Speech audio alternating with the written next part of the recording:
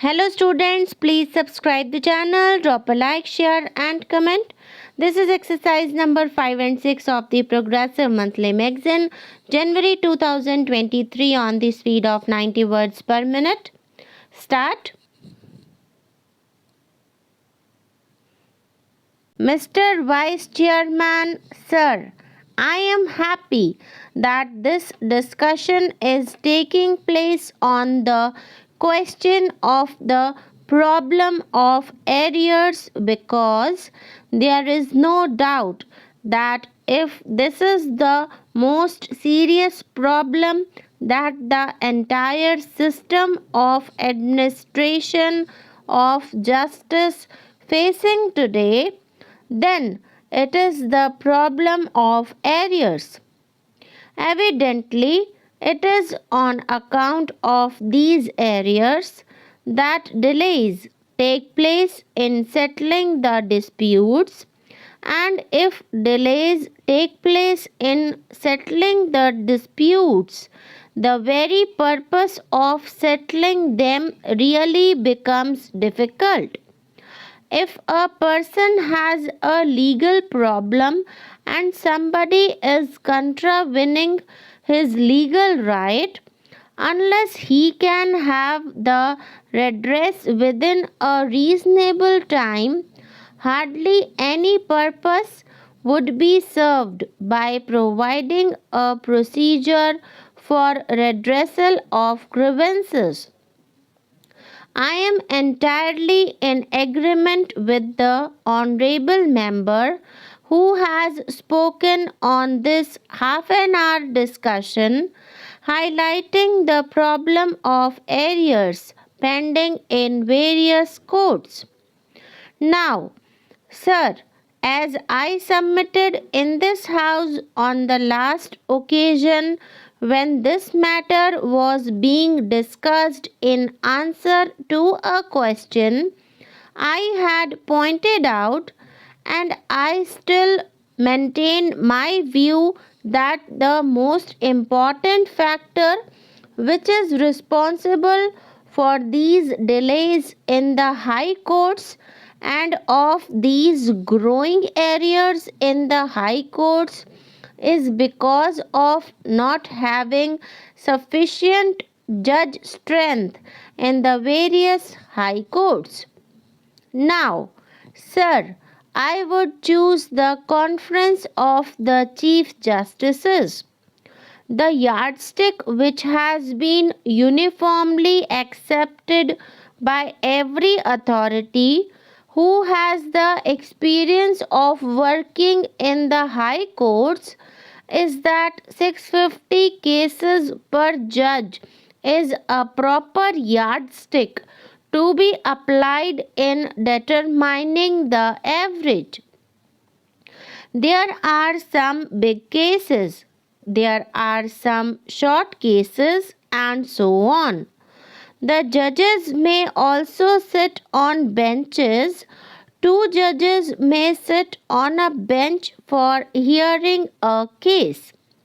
But the overall calculation is that the total number of cases that are decided by a high court judge in 1 year results is an average of 650 cases per judge per year, are considered as proper and reasonable rate of disposal and of working. Every year we know how many cases are being instituted.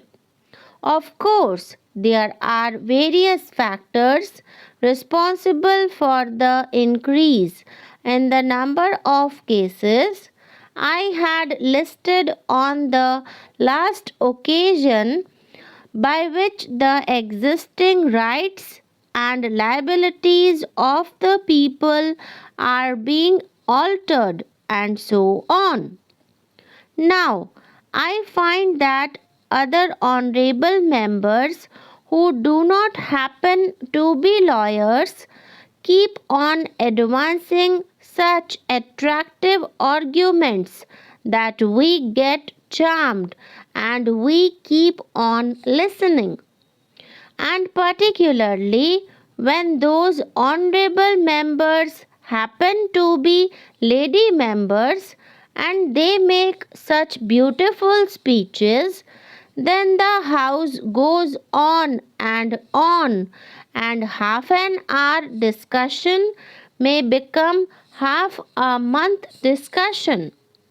So, what I was saying was, I got these figures worked out and I found that by applying this yardstick of 650 cases per judge, the following is the requirement.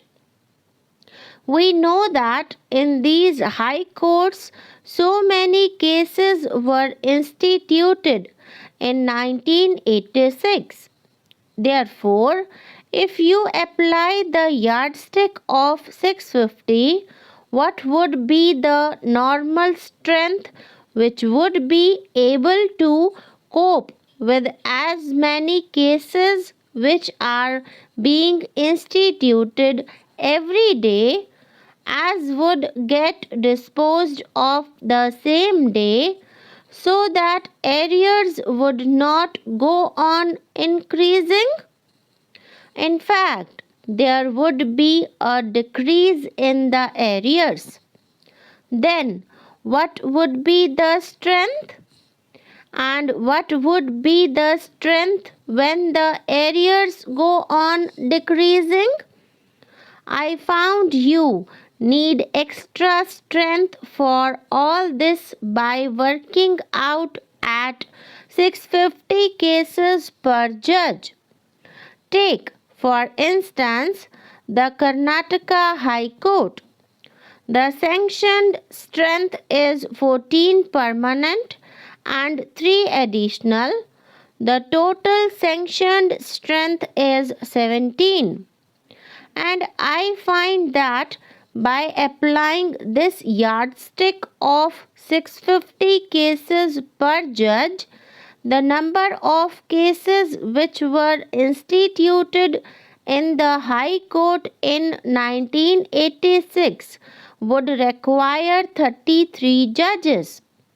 Whether they are permanent or additional, that does not make any difference, because that is only a matter of approach. Otherwise, they dispose of the same quantity of work. So, a strength of 33 judges would be required to keep pace with the institutions every day.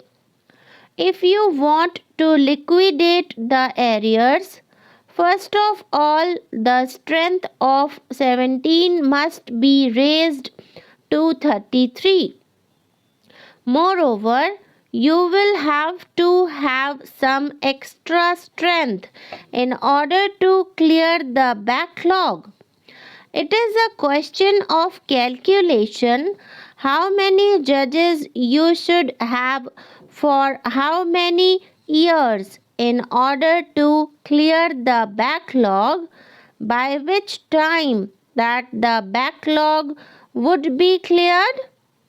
For clearing the backlog, some extra strength would be required.